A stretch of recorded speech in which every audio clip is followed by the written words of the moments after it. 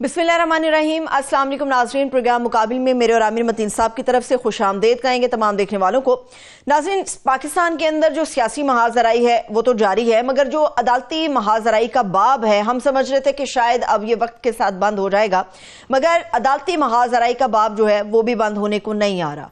Supreme court of Pakistan के senior जज हैं जस्टिस मंसूर अली शाह साहब, उन्होंने एक दिन के अंदर 2 नए ताज़ा खत लिख डाले हैं और ये खत उन्होंने लिखे हैं चीफ जस्टिस याहिया अफरीदी साहब के नाम, और दरखास्त ये की है कि कल जो जुडिशल कमीशन का इजलास होने जा रहा है, आपसे दरखास्त है कि उसको मुलतवी कर दिया जाए। उन्होंने इसके अंदर बहुत सारी अपनी वजाहतें भी पेश की हैं इन खतूत के अंदर कि किन वजूहात की बिना पर वो ऐसी दरखास्त कर रहे हैं या इस चीज़ का मुतालबा कर रहे हैं। इसके ऊपर हम बात करेंगे। हुकूमत जो है वो बेलगाम गैर अखलाकी आज़ादी इजहार राय की आड़ में जहर उगलने के खिलाफ सख्त तरीन कवानीन बनाए और अमल दरामद भी कराए। आज की जो फॉर्मेशन कमांडर्स कॉन्फ्रेंस थी निहायत अहम थी और इसका एलामिया भी निहायत अहम है, इसके ऊपर हम बात करेंगे। मगर इसके साथ साथ पूरा मुल्क पाकिस्तान, उसके तमाम शहरी इस वक्त शदीद तिलमिला रहे हैं। वजह यह है कि हर जुगाड़ लगा कर देख लिया, हर कोशिश करके देख ली, उसके बावजूद भी जो इंटरनेट है वो ठीक अंदाज में या मुकम्मल 100% उनको दस्तयाब नहीं है। कायमा कमेटी बराए इंफॉर्मेशन टेक्नोलॉजी का इजलास हुआ जिसमें वजीर IT और मेंबरान के दरमियान शदीद तकरार हुई इस मामले के ऊपर। इसके ऊपर भी मुफस्सल गुफ्तगू हम आज के प्रोग्राम के ही अंदर करेंगे। आमिर साहब, सियासी महाजराई की बात होगी, अदालती महाजराई की बात होगी। इन सबसे पहले जो एक चीज़ मैं आपके सामने रखना चाहती हूँ वो ये है कि आर्मी चीफ साहब की ज़ेर सदारत 2 रोज़ा 84वीं फॉर्मेशन कमांडर्स कॉन्फ्रेंस हुई, एलामिया जारी हुआ। 2-3 नकात आपके सामने, उस पर तज्जिया, फिर हम लीगल ग्राउंड्स की तरफ बढ़ेंगे।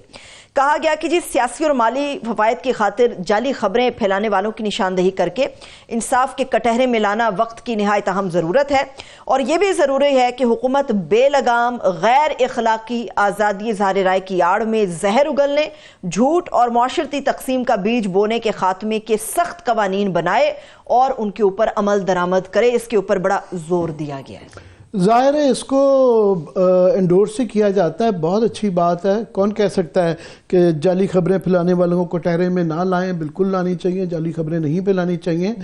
मगर मुझे डर ये है कि इसकी जो अमल दरामद करानी है, जिस हुकूमत से करानी है, अगर ये कानून और ख़ास तौर पे अब जो बना रहे हैं 5 साल की कैद पीका कानून के तहत ला रहे हैं, तो ये आधी कैबिनेट मुझे शक पड़ता है जेल चली जाएगी। आप देखें ना कि जितनी फेक न्यूज़, झूठ जो है हुकूमत खुद गड़ के फैलाती है।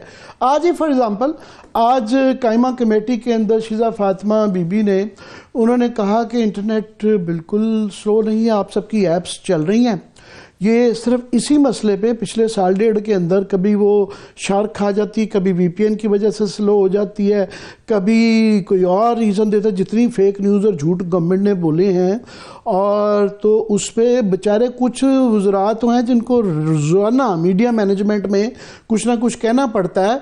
अगर एक फेक न्यूज़ के ऊपर 5 साल कैद है तो इनमें से कुछ तो बेचारे उम्र कैद हो जाएगी, उम्र कैद हो जाएगी ना।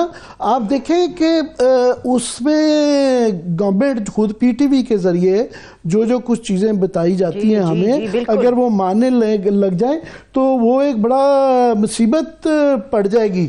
दूसरा, आप देखें कि हमारा जो मेन स्ट्रीम मीडिया है, प्रिंट का हो चाहे इलेक्ट्रॉनिक हो, उसको जिस तरीके से इररेलेवेंट बनाया गया है, पता नहीं बाय डिफ़ॉल्ट या नालायकी कह लें, जो है कि हमें हकीकत जो नहीं दिखाई दी जाती, हमारे ऊपर कवानीन है, हम पैमरा के लॉज के ताम हैं, हमारे ऊपर जिम्मेदारी है, हमें रेगुलेट किया जाता है। हम 40-40 साल के तजर्बे लेके बैठे हुए हैं, और ये जो गवर्नमेंट की पॉलिसी है इस पे भी ज़रा नज़रसानी करें, ऐसा करें। और जो है आप देखिए साथ में 200 जब 300 पर्चे किसी पे कर दिए जाएँ और 10 शहरों के अंदर एक ही वक्त में उसको दिखाया जाए कि उसने वारदात कर दी है, तो वो जो 2-4 असली उन्होंने ज्यादती की होती है या जुर्म किया होता है, वो भी मौका मिल जाता है उनको कहने का कि जनाब ये 200 पर्चे तो अब असली नहीं हो सकते हैं।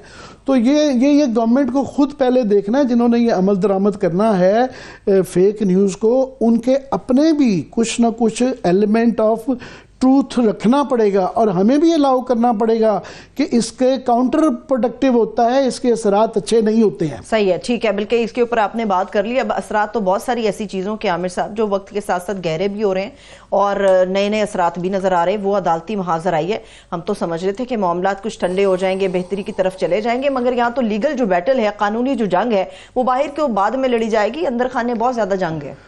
मैं समझता हूँ कि आज 2-4 चीज़ें बड़ी हुई हैं, ख़ास तौर पे जो 2 खतूत आए हैं जस्टिस सैयद मंसूर अली शाह साहब के, ये एक इससे एक उम्मीद की किरण जागी है, क्योंकि ये एक उम्मीद की जा रही थी कि जस्टिस फायज़ ईसा साहब पाकिस्तान की अदलिया की तारीख के कंट्रोवर्शियल तरीन जज रहे हैं। उनको जो है सही कहा जाता है कि वो जस्टिस मुनीर की लीग में हैं। तो उम्मीद की ये जा रही थी कि अब ये चले जाएंगे तो इलेक्शन कमीशन भी दुरुस्त हो जाएगा, अदालत के अंदर से भी कुछ थोड़ा सा ये जो इतना जबर का माहौल है वो बेहतर होगा। और फौरी तौर पे जो उम्मीद की जा रही थी कि ये एक तो ये 26वीं आईनी तरमीम जो है वो जो अभी नज़र आ रहा है कि उसकी अंदर इतने लकूनाज हैं और जिस तरीके से वो बनाई गई और जिस तरीके से उस पर अमल दरामद हो रहा है, नज़र आ रहा है कि पूरा निज़ाम दरम बरम होकर रह गया है। तो ये था कि सबसे पहले इसकी सुनवाई होगी, इसको सुना जाएगा, वो नहीं सुना गया। फिर मखसूस नशिस्तों की अमल दरामद थी, वो नहीं थी। फिर ये था कि वो जो पुराना तरीक़ाकार था हम ख्याल जजेस का कंट्रोल करने का, वो नहीं होगा।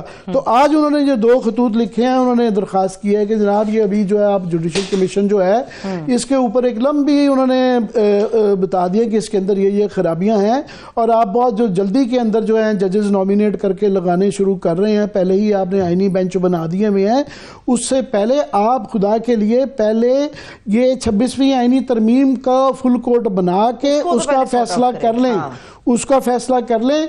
और साथ में दूसरे खत के अंदर उन्होंने एक तो ये वैसे एक प्रोप्राइटी के अखलाकी हवाले से किए है, साथ में उन्होंने दूसरे खत के अंदर उन्होंने इसकी एक आईनी ज़रूरत भी, उन्होंने कहा जनाब ये गालबन 75A है आर्टिकल जो है, उसके तहत उन्होंने कहा जनाब इसके लिए रूल्स जो हैं आपको बनाने पड़ेंगे लगाने के, कि क्राइटेरियन क्या है, मेरिट क्या है, और जिनको नहीं लगाया जा रहा तो उनको क्यों नहीं लगाया जा रहा, क़वायद व ज़वाबित बनाने पड़ेंगे। वो पुराने क़वायद व ज़वाबित अब रेलेवेंट नहीं है 2010 वाले, क्योंकि ये नई इस 26वीं आईनी की रोशनी में नए बनने हैं। तो बेताशा इस तरह के फैसले आ चुके हुए हैं कि आपने उसके ना मिनट्स दिए गए हैं जो आपने पहले ही बेंच बनाए हैं यहाँ पे जुडिशल कमीशन ने, जो सुप्रीम कोर्ट में और सिंध हाई कोर्ट के अंदर जिस तरह का वो बनाया गया है, वहाँ देखे ना जूनियर 3 जजेस लगा दिए हैं। तो भाई क्या उनकी काबिलियत थी, क्या मेरिट था, वो मिनट्स नहीं दिए गए कि उनके ना लगाए जाने के रीजंस क्या हैं। तो ये मैं समझता हूँ उससे एक उम्मीद जागी है कि ये जो एक बिल्कुल कयास था, शायद ये चीफ जस्टिस साहब आफरीदी साहब या आफरीदी शायद इसको सियासत की नज़र ना करें और ये इसके ऊपर एक फुल कोर्ट करवा के इसका फैसला कर लें। अच्छा, फुल कोर्ट की आपने बात की आमिर साहब, कुछ देर में हमारे मेहमान हमारे साथ मौजूद होंगे, लेकिन फुल कोर्ट की जो आप बात करें, इस वक्त बहस ये चल रही है कि जस्टिस मंसूर अली शाह साहब ने ये जो खतूत तहरीर किए हैं जस्टिस याहिया अफरीदी साहब को, एक तो उनका इख्तियार ये नहीं है, वो अपने इख्तियार से तजावुज़ कर रहे हैं मंसूर अली शाह साहब, और दूसरी बात यह है कि फुल कोर्ट को मुलतवी करने के बारे में भी वो दरखास्त नहीं कर सकते। ये बहस है इस वक्त जो चल रही है। नहीं, बहस मैं नहीं समझता हूँ कि ये कोई अभी ये उन्होंने इस 2 खतूत के अंदर उन्होंने कहा कि जनाब 31 तारीख को पहले ही 31 अक्टूबर को जस्टिस मुनीब ने और जस्टिस मंसूर अली शाह ने पहले भी कहा था, मगर उसके बाद फिर ये एकदम से जल्दी ऑब्वियसली जो है ये जो कमेटी जुडिशल कमीशन है इसके अंदर ज़्यादा जो असर और रसूख है वो एग्जेक्टिव का यानी हुकूमत का है, उनके बंदे उनका जोर चलता है, उनकी मर्जी से जिस तरीके से सुप्रीम कोर्ट का लगाया गया है। उनका बेताशा सवाल है कि जस्टिस उमीनुद्दीन जो हैं उनको हेड बना दिया गया, जिनको नहीं लगाया गया, जिनकी कॉन्स्टिट्यूशनल एक्सपर्ट हैं, माने ताने में हैं, तो वो मंसूर अली शाह साहब और भी जो है बाकी जो है पहले जो सीनियर हजरात सिंध में तो बहुत ही उन्होंने कमाल ही कर दिया। उन्होंने 8 सीनियर जज चीफ जस्टिस और यूनिट जज समेत वो सब निकाल दिया और उल्टी गिनती तकरीबन शुरू की हुई है 23वां 25वां 24वां नीचे से जो है ना जूनियर 3 जजेस लगाए हैं। तो पहले उन्होंने कहा है, पहली तो ये है कि आप मिनट्स दें कि आपके क्या रीजंस थे, क्या आपका तरीकाकार था। फिर ये जो लगाए जाते हैं जज, सिर्फ वो ये मेरिट जो होता है वो एक होलसम किस्म का होता है। इसके अंदर खत के अंदर उन्होंने तफसीलात डाली हुई हैं कि ये नहीं है सिर्फ कि उनका देखना है कि उनकी परफॉर्मेंस क्या है, उनकी काबिलियत क्या है, उनकी एक्सपर्टीज़ क्या है। इसके अलावा एक अदालतों के अंदर एक डाइवर्सिटी भी की जाती है कि आपने रंग, नस्ल, मज़हब का एक सबका मजमुआ इकट्ठा किया जाता है। सो और भी क्राइटेरियन होते हैं। तो आपने वो ये फैसले तो कर दिए, जुडिशल कमीशन ने बेंच बना दिए, मगर आपने रीजंस नहीं बताए कि क्यों लगाए गए, इनमें क्या खूबियां थी और जिनको नहीं लगाया गया उनमें क्या खामियां थी, वो मिनट्स नहीं दिए गए।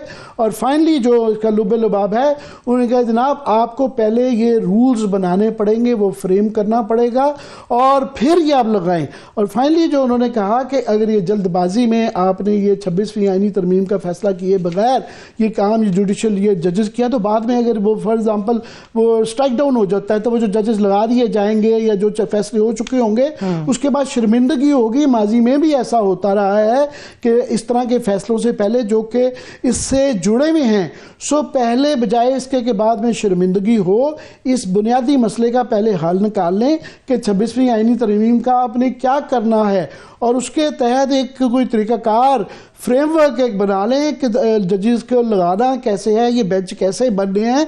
तो ये उन्होंने जो है 2 खतूत के अंदर लिखा है। ठीक है, अगर आपकी इजाज़त हो तो मैं मेहमान को अपने इंट्रोड्यूस करवा दूंगी। पाकिस्तान तहरीक इंसाफ के रहनुमा हैं, माहिर कानून है मोहम्मद अहमद पंसोता साहब हमारे साथ मौजूद हैं। बहुत शुक्रिया पंसोता साहब। माजरत के साहब, मैं नईम हैदर पंजोता साहब समझ बैठी थी।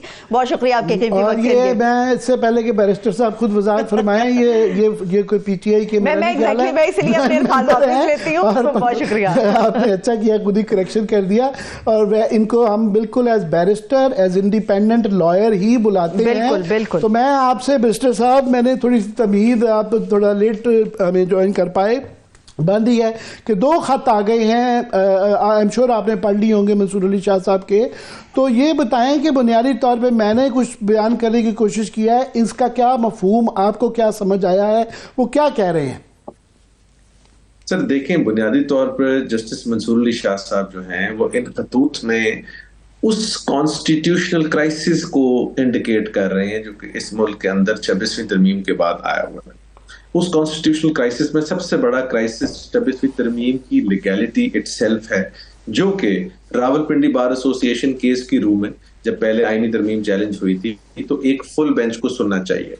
मैं कहता हूं जी, आप मान लें कि कोई कानून एग्जिस्ट नहीं करता, कोई चीज एग्जिस्ट नहीं करती, उसके बावजूद अगर एक किसी ने डिसाइड करना हो कि एक कानून की वायरीज चैलेंज करनी है तो आप चाहेंगे मोर द मैरियर के जितने सुप्रीम कोर्ट की स्ट्रेंथ है वो सब उसको इकट्ठा बैठ के सुने, ताकि एटलीस्ट अ लेजिस्लेशन और a constitutional amendment should have an endorsement from the court, और अगर उसको नहीं पसंद करती तो उसको रिमूव भी पूरे का पूरा कोर्ट करे। ये उसके पीछे रैशनल लॉजिक है।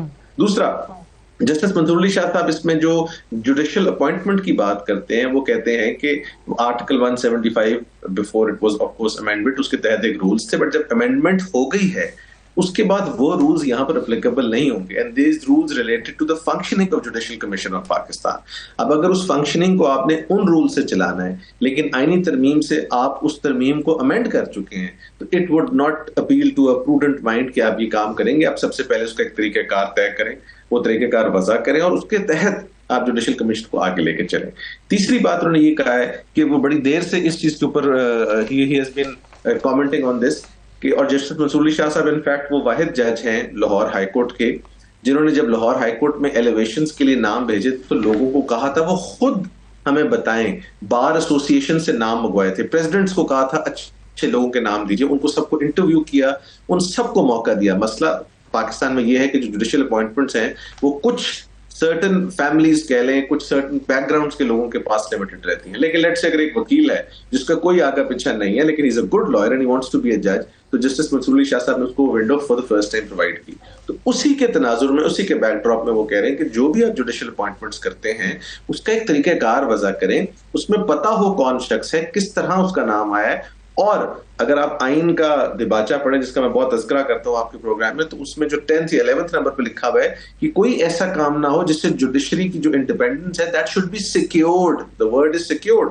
अब अगर उस सिक्योरिटी को आपने मेंटेन करना है तो वो तभी हो सकती है अगर आपने जुडिशियल अपॉइंटमेंट्स में ऐसे अशखास को सामने लाएंगे जो कि बेसिकली बियॉन्ड क्वेश्चन हो, जिनकी integrity, I am not saying कि जो एलिवेट हो रहे हैं उनके ऊपर मुझे कोई इतराज है, बट मैं ये कह रहा हूं जो मंसूर अली शाह साहब ने आपने सवाल पूछा कि उनका पीछे लॉजिक इसके क्या था, दैट लॉजिक इज कि उसका एक प्रोसेस और एक वो बहुत अल्फाज इस्तेमाल करते हैं अपनी जजमेंट्स में भी, लीगली सस्टेनेबल क्राइटेरिया, और दूसरी बात वो करते होते हैं कि discretion has to be justified and structured. ये नहीं हो सकता कि कोई एक शख्स बैठकर या कोई एक सर्टन ग्रुप बैठ के का फैसला करे।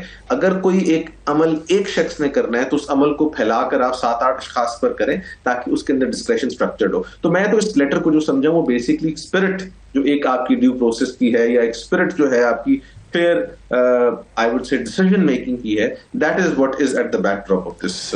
मैं एक आपसे क्लैरिटी चाह रहा हूं अपनी समझ के लिए और नाज़रीन की समझ के लिए कि एक तो है कि अखलाकी जवाज है, प्रॉपर्टी जिसे कहते हैं हम, कि जनाब वो हम ख्याल जज नहीं होने चाहिए और इंसाफ होता हुआ नज़र भी आना चाहिए। तो ये इसका जो ये सवाल के अंदर उन्होंने 175A का जिस तरह जिक्र कर दिया है कि जनाब वो आपकी आइनी और कानूनी रिक्वायरमेंट है कि आप ये रूल्स बनाएंगे। सो ये आइनी रिक्वायरमेंट की तरफ उन्होंने पॉइंट आउट किया है या उन्होंने इसका एक अखलाकी जवाज बनाया या दोनों? नहीं सर, देखें आपको इस चीज को रियलाइज करना है कि ऑलरेडी रूल्स एग्जिस्ट करते हैं।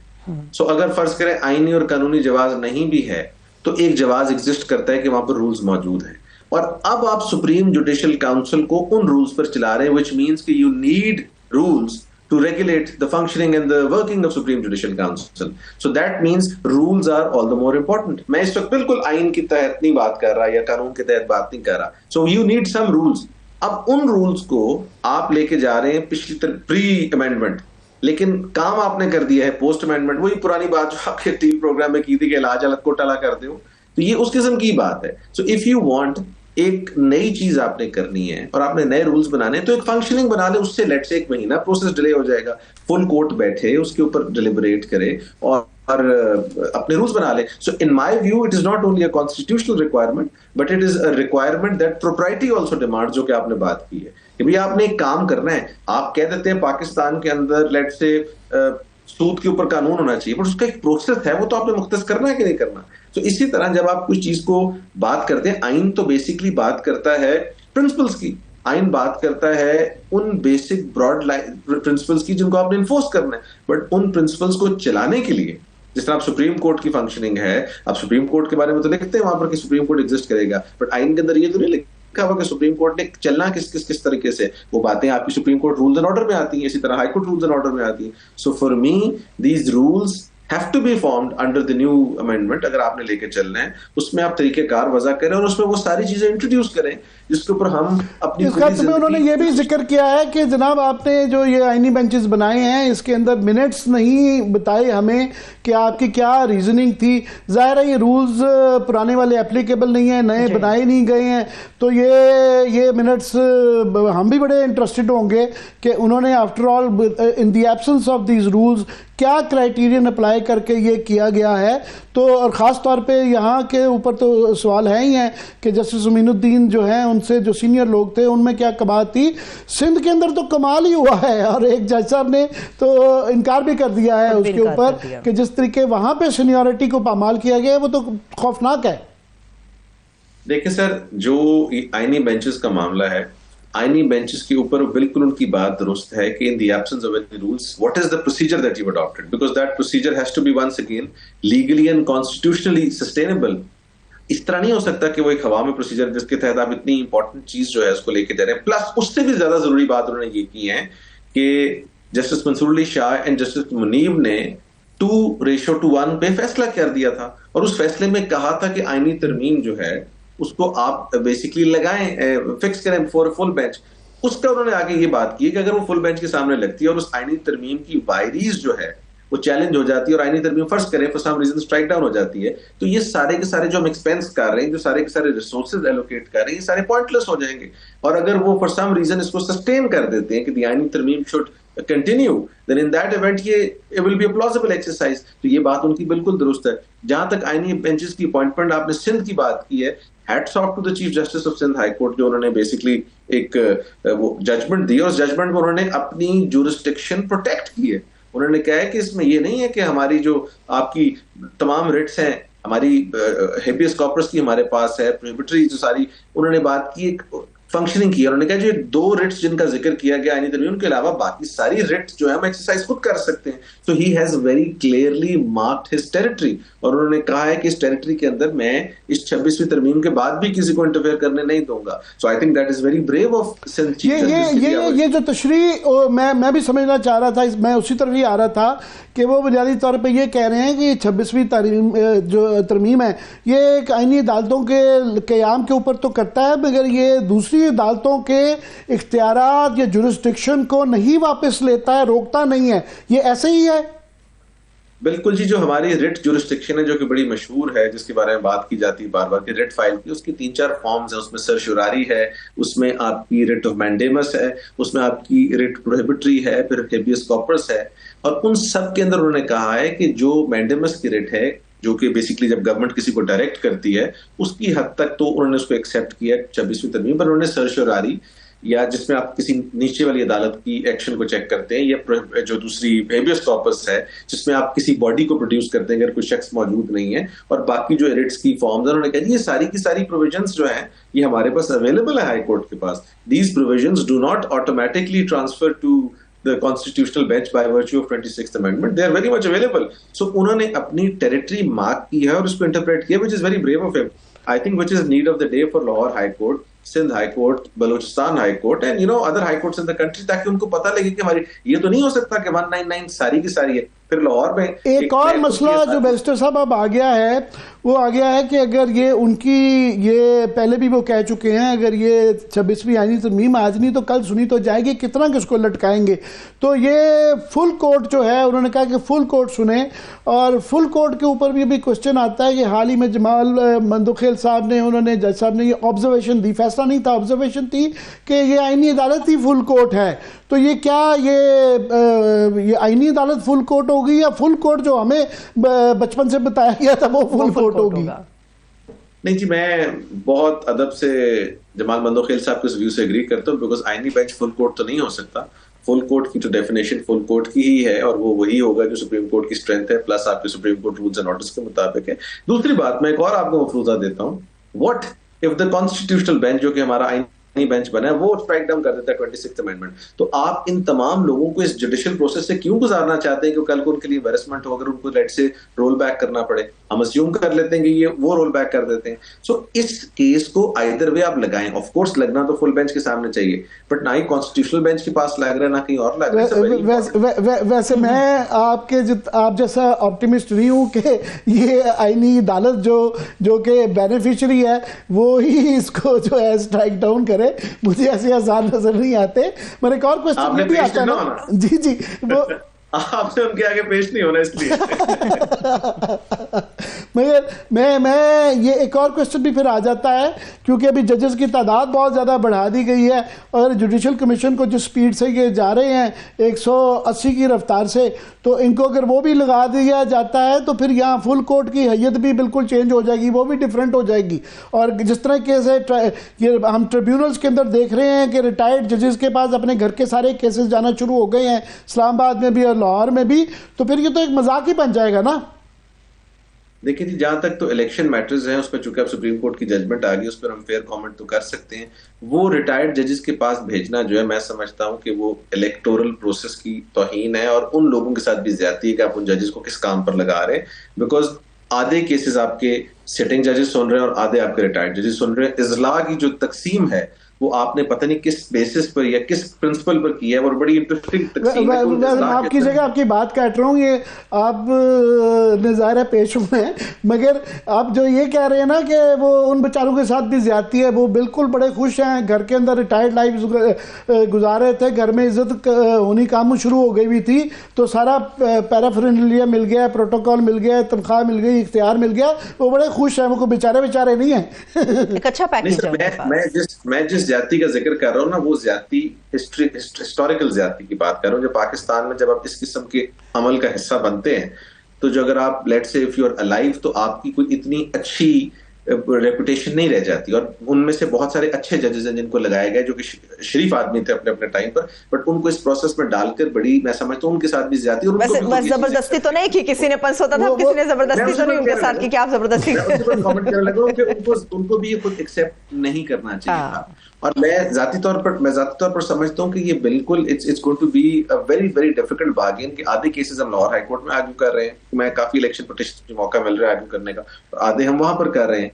तो वो मेरी समझ से बाहर है कि वो किस तरह वो जो एक बैलेंस है उसको मेंटेन किया जाएगा। वो उनके साथ भी वही सलूक होगा जो जिस तरह हम पीसीओ जजों का जिक्र करते हैं ना, कि ये इसके वालिद साहब इस बच्चे के जो ना पीसीओ जज थे, तो उनके भी बच्चे ये कहा करेंगे डैडी जो थे ना, ये वो जो जज बनाए गए थे ना टेम्परेरी, ये वो वाले जज थे।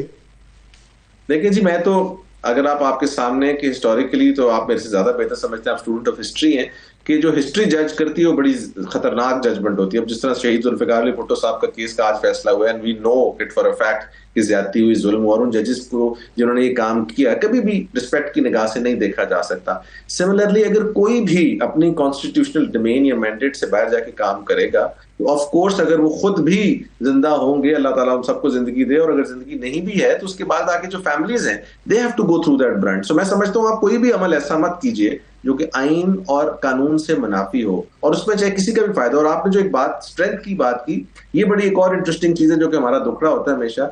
मेरी अपनी समझ के मुताबिक है, जो मुझे इंफॉर्मेशन कह लें, वो यही है कि इसके ऊपर सबसे ज्यादा इंसिस्टेंस पाकिस्तान पीपल्स पार्टी की थी कि जी स्ट्रेंथ बढ़ाई जाए सुप्रीम कोर्ट की भी और हर जगह की। इस पर इतनी इंसिस्टेंट रूलिंग गवर्नमेंट की नहीं थी या बाकी पॉलिटिकल पार्टीज की नहीं थी। They were the ones who were insisting. So उनकी तरफ से ऐसी इंसिस्टेंस आना, मैं उसमें ऐड कर दूं कि वहाँ पे जो सिंध के अंदर जो नए जजेस की जो नाम दिए गए हैं, वहाँ लड़ाइयाँ चल रही हैं कि जी वो हमारा जज नहीं लगा, उसका जज नहीं लगा, किसका जज लगा। तो ऑलरेडी जो उनकी वजूहत हैं वो भी हमें पता है।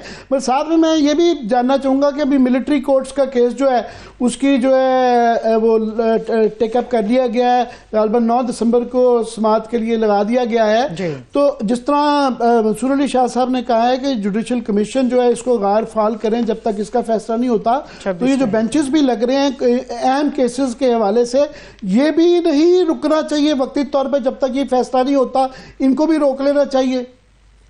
सर इंटरेस्टिंग हो जाएगा वो, क्योंकि अगर आप उसको लेट से आईनी बेंच को तश्कील दे रहे हैं तो फिर उसकी ऑफ कोर्स या तो बेंच तश्कील ना देते, लेकिन अगर आपने बेंच तश्कील दे दिया तो फिर आप उसकी फिक्सेशन को तो नहीं रोक सकते। आइडियली तो जब तक आईनी तरमीम का फैसला नहीं होता कुछ भी काम आगे नहीं बढ़ना चाहिए। और मेरा नहीं ख्याल वो 2 से 3 दिन का फैसला है, और काजी साहब की स्पीड पे अगर आप करें तो आप 2-3 घंटे में कर सकते हैं, तो वो तो काम बड़े आराम से हो सकता है। और उसको किए बगैर अगर आप आगे चलेंगे तो पाकिस्तान की जो आइन है वो 271A, AAA, AAAs, 4As से भरी पड़ी है। मैं नहीं चाहता कि उस आइन के अंदर 270 एक पेंटा ए आ जाए कि जनाब ये आइन की तरमीम ऐसे थी तो आप उसका ऐसे करें। आप पहले ही उसको बड़े तरीके से देख लें, और देखने के बाद अगर आप समझते हैं कि ये सस्टेनेबल है उसको आगे लेके चले। But if you think it is violative of the basic structure of the constitution, जिस टचस्टोन पर आप उसको देख सकते हैं रावलपिंडी बार एसोसिएशन केस में, तो then decide it before you proceed further. जी, साथ में ही आज एक और बड़ा फैसला है कि GHQ हमले के जो है ना फर्द जुर्म जो है ना आयद कर दी गई है। बल्कि इस वक्त एज वी स्पीक इस वक्त अडियाला के बाहर एक लाइव सिचुएशन चल रही है कि वहाँ पे उमर अयूब हैं और राजा बशारत हैं, उनको उन्होंने गिरफ्तार कर लिया है। जबकि उनका कहना यह है कि हमारे पास प्रोटेक्टिव बेल मौजूद है, हमारी फांसी जमानत हमारे पास है, मगर 2-4 घंटे से वहाँ पे ये एक कशमकश चल रही है, और अभी तक जब तक हमें इतला है कि अभी तक उनको छोड़ा नहीं गया। देखें इसमें आमिर साहब जो ये रिलेटेड व्यूज है मेरा है ना जी, इस पे 9th मई वाले सारे केसेस पर, उस पर तो मैं बड़ी देर से एक बात ये कह रहा हूँ कि 9th मई के केसेस जो है उनको एट द अर्लीस्ट डिसाइड होना चाहिए। वो चाहे फर्द जुर्म लगती है जैसे भी तरीका है, ऑफ कोर्स क्रिमिनल ट्रायल में फर्द जुर्म का लगना सबसे इंपॉर्टेंट है। इन केसेस को आइदर वे ट्रायल आउट इसलिए होना जरूरी है कि जो इसमें रिस्पॉन्सिबल हैं वो भी हमें पता लग जाए ट्रायल के थ्रू, और जो लेट से बाइज्जत बरी होते हैं वो भी पता लग जाए। लेकिन अगर आप इसको लिम्बो में रखते हैं तो उसका फायदा कोई नहीं है। सो लेट से अगर आज उसके ऊपर फर्द जुर्म आयद हुई है तो of course I am expecting कि ट्रायल को जल्दी खत्म किया जाए, बिकॉज ऑफ कोर्स इस चीज पर तो पाकिस्तान में अलीमा बीबी का भी यही बयान आया है कि अच्छी बात है कि सबूत तो सामने आए, क्योंकि ये ज्यादती है कि 1.5 साल तकरीबन हो गया और वो लोग जेल में हैं, और कई दफा हो सकता है इतनी 1.5-2 साल की ही सजा हो, तो वो सजा तो वो भुगत रही है, और वो लोग भी कम नहीं है। मेरे 100 के करीब जो है लोग हैं जिनके ऊपर फर्ज आयद की गई है। आई थिंक 160-168 लोगों के ऊपर फर्ज जुर्म लगी है। और जो इम्पोर्टेंट बात है, ये दोनों साइड से बहुत इंपॉर्टेंट है, बिकॉज जिन लोगों ने एक्चुअली ये अमल किया है उनको सजा मिलनी भी जरूरी है, एंड सिमिलरली जिनका कोई कसूर नहीं है और अंडर ट्रायल प्रिजनर्स हैं, उनको ऑफ कोर्स एक्सोनरेट करके इक्विट करना भी बहुत जरूरी है। So it's equally an important case from both sides. इसलिए मैं बार बार कह रहा हूं कि मेरे से जब कोई इन केसेस पर डिस्कशन करता है तो मैं उनसे हमेशा कहता हूं कि ये हमारा वंस अगेन इंडिकेट करता है जो जुडिशियल सिस्टम है उसका फेलियर, कि ये आज तक हम ये केसेस डिसाइड नहीं कर सके, और ये केसेस डिसाइड होने चाहिए, साथ साथ हर तरह का केस डिसाइड होना चाहिए, but this is a very important case. So let's see कि इसमें एविडेंस वगैरह सामने आएंगी, चीजें सामने आएंगी, और उसके इन अकॉर्डेंस विद लॉ जो भी फैसला होता है दैट शुड बी डन। साहब, हमें बड़ी उम्मीदें थी कि जस्टिस फायज ईसा के जाने के बाद अदालत जो है एक शायद इसके अंदर से कोई अच्छी ठंडी हवाएं वहाँ से आएँ, मगर वो नहीं आई। 2 चीज़ों पे, एक तो ये वाला 26वीं आईनी तरमीम जो है टेकअप नहीं की गई, उसके बाद फिर जो है वही हम ख्याल जजेस का जो पहले इतना शोर था वो तकरीबन वही बना दिया गया, और फिर तीसरा जो मखसूस नशिस्तों का फैसला है जिसके ऊपर अमल दरामद नहीं किया। तो आप क्या समझते हैं कि जो अब मजीद दो खतूत आए हैं, पहले भी एक खत लिखा गया था, 1-2 दफ़ा खत आ चुके हुए थे, कोई असरात नहीं हुए थे इसके, तो अब क्या ख्याल है कि क्योंकि उन्होंने इस दफ़ा तो 175A कोट किया है, तो क्या इसके ऊपर ये अब उनके ऊपर लाजिम हो जाएगा? आप उम्मीद कर रहे हैं कि ये लग जाएगा फैसला? मैं समझता हूँ जी, जो चैलेंज है असल चीफ जस्टिस पाकिस्तान के लिए कि क्या 26वीं तरमीम पास होने के बाद remaining with in his mandate क्या वो ये सब काम कर सकते हैं जो मंसूर अली शाह साहब उनसे एक्सपेक्ट कर रहे हैं। मेरी जाती नजर में तो of course he is a very senior जज, मंसूर अली शाह साहब अगर वो लिख रहे हैं तो बिल्कुल ये काम हो सकते हैं और होने चाहिए। लेकिन याया अफरीदी साहब का जो चैलेंज है वो ये है कि वो भी इस चीज को देख रहे होंगे कि मैं कितना कंस्ट्रेंट हूं, क्या मैं ये काम कर सकता हूं कि नहीं कर सकता लीगली आई एम स्पीकिंग। तो अगर वो ये कर सकते हैं तो मेरा ख्याल है उनसे मेरी एक्सपेक्टेंसी भी यही है, एक्सपेक्टेशन भी यही है कि he will do it and he must do it. मैं प्रोफेसर समझा नहीं आपकी बात कि पिटिशंस आई हुई हैं और वो तमाम जिनकी पिटिशनर्स हैं वो बड़े रेलेवेंट पार्टीज हैं, तो वो क्या चीज़ आड़े है, क्या लिमिटेशन है उनकी उसको इतनी एक अहम एक आईनी तरमीम है उसको टेकअप करने में, लीगल इम्पेडिमेंट्स क्या हैं? सर, सबसे बुनियादी लीगल इम्पेडिमेंट ये है कि क्या इस आईनी तरमीम को फुल बेंच के आगे लगाना है कि आईनी बेंच के आगे लगाना है। अगर आप लेट से याया अफरीदी साहब की साइड से होकर देखते हैं, मैं आपको दोनों व्यूज दे देता हूं। मंसूर अली शाह साहब का व्यू ये है कि चूंकि आईनी बेंच की कॉन्स्टिट्यूशन से पहले प्रैक्टिस एंड प्रोसीजर जो कमेटी है उसमें ये फैसला हो चुका, तो लिहाजा आप कॉन्स्टिट्यूट कर सकते थे, तो आपको करना चाहिए था। आज की डेट में आईनी बेंच कॉन्स्टिट्यूटेड है तो आईनी बंदिश है याया अफरीदी साहब पे, उसके अलावा वो कहीं और भेज नहीं सकते। सो अब ये पहला मूट पॉइंट होगा। मंसूर अली शाह साहब ऑफ कोर्स इस पर उनका व्यू ये होगा कि आपको उस दिन कर देना चाहिए था, तो आप रेट्रोस्पेक्ट में जाके करेंगे कि आज की डेट में करेंगे।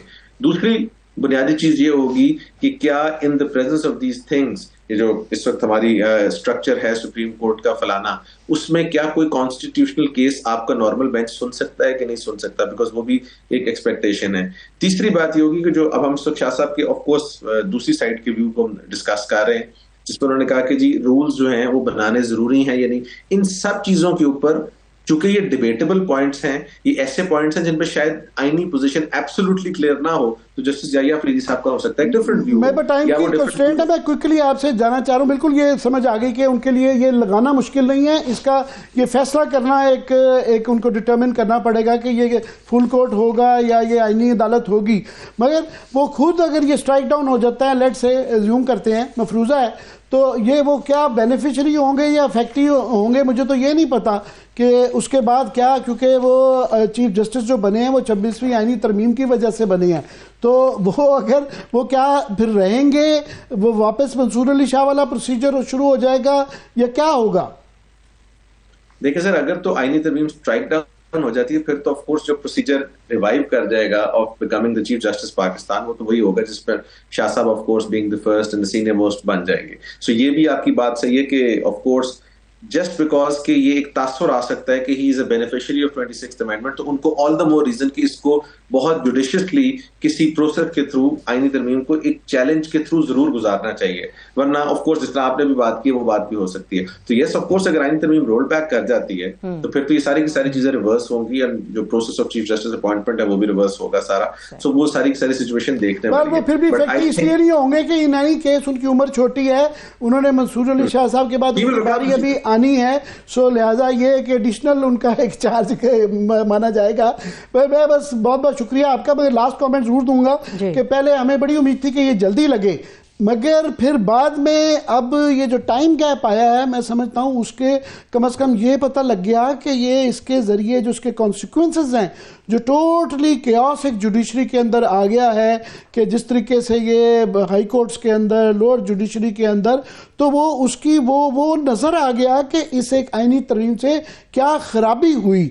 तो ये फौरी तौर पे अगर नीजक रिएक्शन करके इसको टेकअप कर लिया जाता तो शायद ये आश्कार ना होता। लेकिन इम्तिहान तो अभी भी आमिर साहब ये बहुत बड़ा है। बैरिस्टर मोहम्मद अहमद पंसोता साहब हमारे साथ मौजूद थे, उनके वक्त के लिए शुक्रिया। अभी हम एक ब्रेक की तरफ चल रहे हैं, ब्रेक से हम वापस आएंगे तो वही एक ऐसा इशू जो हर घर का है, हर फर्द का वो है इंटरनेट का इशू। और ये सिर्फ आम पाकिस्तानी का इशू नहीं है, बल्कि जो लोग इस वक्त पार्लियामेंट में बैठे हैं, कमेटियों में बैठे हैं, रिप्रेजेंट करते हैं सियासी जमातों को, ये उनका भी इशू है। ब्रेक से वापस आके इसके ऊपर बात करेंगे। Stay with us.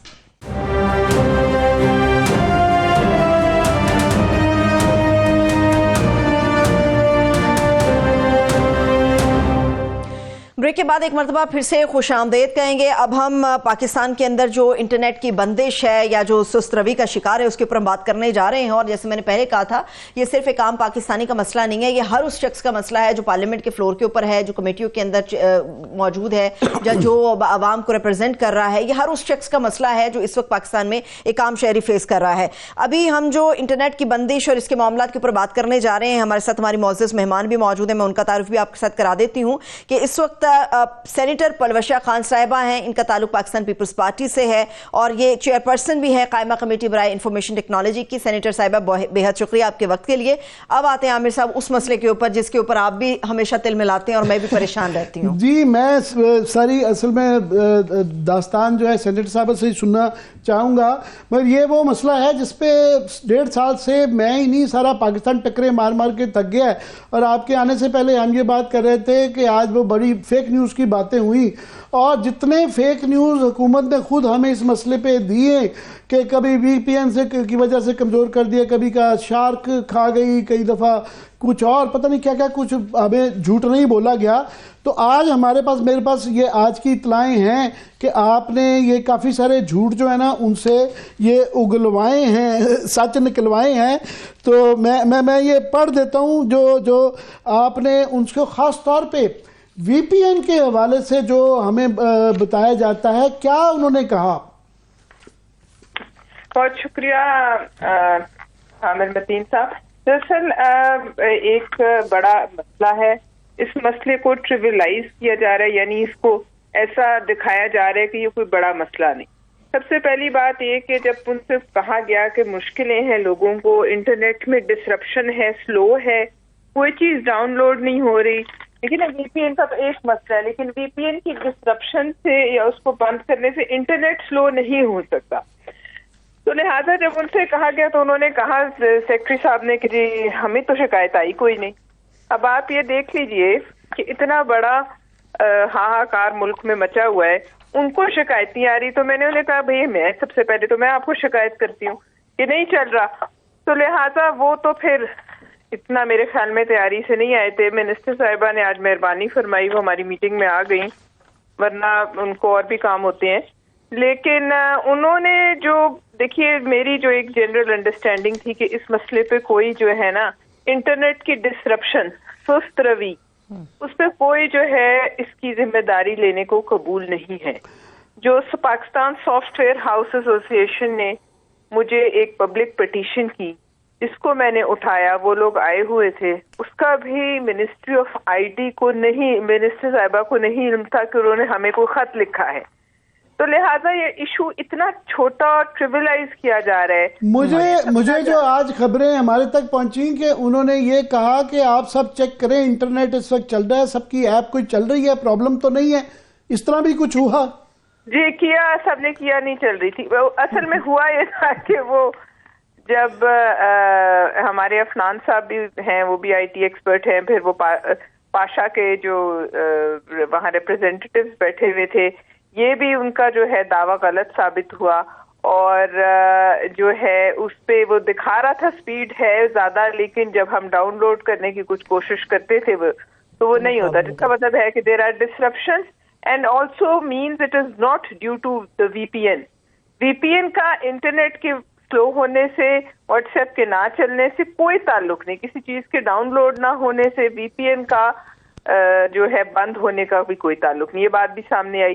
फिर ये भी सामने आया कि कोई आज तक जो है एक फॉर्मल मीटिंग स्टेक होल्डर्स, जो कि पाशा है या और भी होंगे, पाशा इस वक्त सबसे बड़ा उनका रिप्रेजेंटेटिव है जितने हमारे सॉफ्टवेयर हाउसेज हैं, उनके साथ आज तक कोई मीटिंग ही नहीं की गई जिसमें उनकी कोई राय ली गई हो, उनको बताया गया हो इतना बड़ा इम्पैक्ट काम हम कर रहे हैं, आप कुछ बताएं, कोई मशवरा दें, वो भी नहीं हुआ।